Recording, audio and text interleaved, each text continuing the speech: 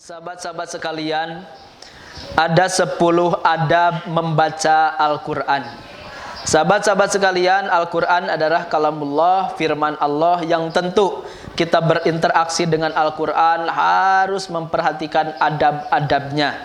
Ya, berinteraksi dengan Al-Quran itu bisa membaca Al-Quran, bisa mengajarkan Al-Quran, bisa memegang Al-Quran dan memperlakukan Al-Quran. Sahabat-sahabat yang dirahmati Allah, 10 adab berinteraksi dengan Al-Quran. Yang pertama adalah kita harus dalam keadaan suci, baik dari hadas besar maupun hadas kecil. Hadas besar seperti ya haid, junub dan lain sebagainya. Hadas kecil sesuatu yang ya memerlukan wudhu dulu, seperti karena kentut, karena sudah tertidur ya, atau bersentuhan dengan lawan jenis.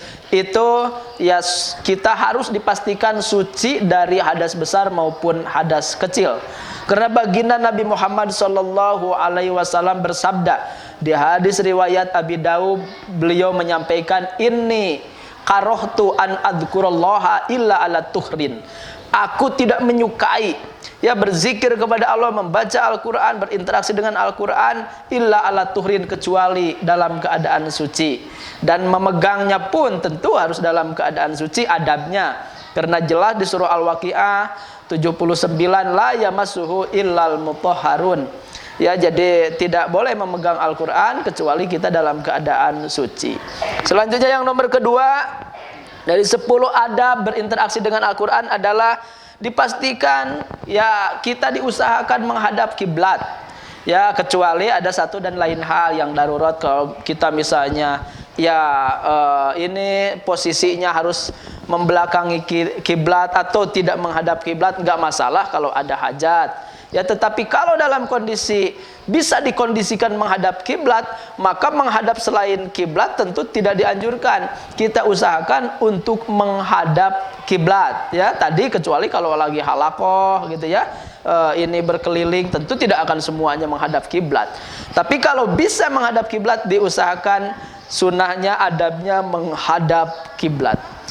Kalau menyimpan Al-Quran, simpan di tempat yang lebih tinggi dari kaki kita. Itu kalau misalnya kita lagi bersila, ya itu pakailah meja lipat kecil.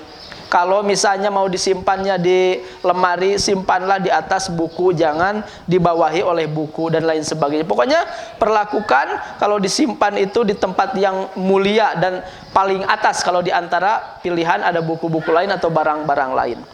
Selanjutnya yang nomor keempat, diusahakan pakaian kita kalau sedang berinteraksi dengan Al-Quran layak. Jangan sampai pakaian lusuh, pakaian ya kucel, kotor, apalagi najis gitu ya. Itu dipastikan pakaian kitanya pun suci. Apalagi kalau pakaiannya putih, karena Rasul menyukai pakaian putih, udah bersih, suci, itu lebih afdol lagi.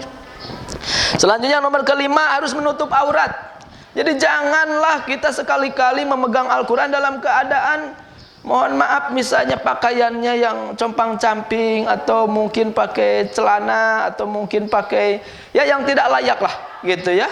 Itu dipastikan kita memegang Quran, mengajar Al-Quran, mengkaji Al-Quran, itu dalam kondisi pakaian kita layak begitu. Tidak boleh ya ada terbuka aurat. Selanjutnya yang nomor keenam, tidak menguap. Karena menguap itu ya tendensinya menyepelekan, tidak serius. Nggak mungkin kita menghadap misalnya raja atau presiden ya, kita menguap nggak mungkin, karena pasti kita fokus kepada yang di depan kita. Maka kalau menguap berarti ya kita ya sedang menyepelekan Al-Quran, sedang ya merendahkan Al-Quran, karena kita tidak fokus penghormatan ke Al-Quran. Karena kalau fokus itu nggak mungkin ada namanya menguap, ngantuk gitu ya. Selanjutnya yang nomor ketujuh, ya tidak buang angin. Lagi megang Quran, kita mau buang angin, disimpan dulu Al-Quran. Jangan sampai lagi memegang Al-Quran, apalagi lagi mengkaji Al-Quran, apalagi mengajarkan Al-Quran, itu buang angin, itu nggak boleh. Selanjutnya yang nomor ke-8, diusahakan tangan kanan. Ya, jadi tangan kanan yang megang, bukan tangan kiri, tapi tangan kanan. Selanjutnya juga tidak dibawa ke tempat yang tidak layak. misalnya dibawa ke ke pasar gitu ya, dibawa ke toilet, dibawa ke jamban dan lain sebagainya, itu tentu tidak menghormati Al-Qur'anul Karim. Selanjutnya yang 10 yang terakhir ya, adab berinteraksi dengan Al-Qur'an adalah diusahakan mulut kita sudah bersih.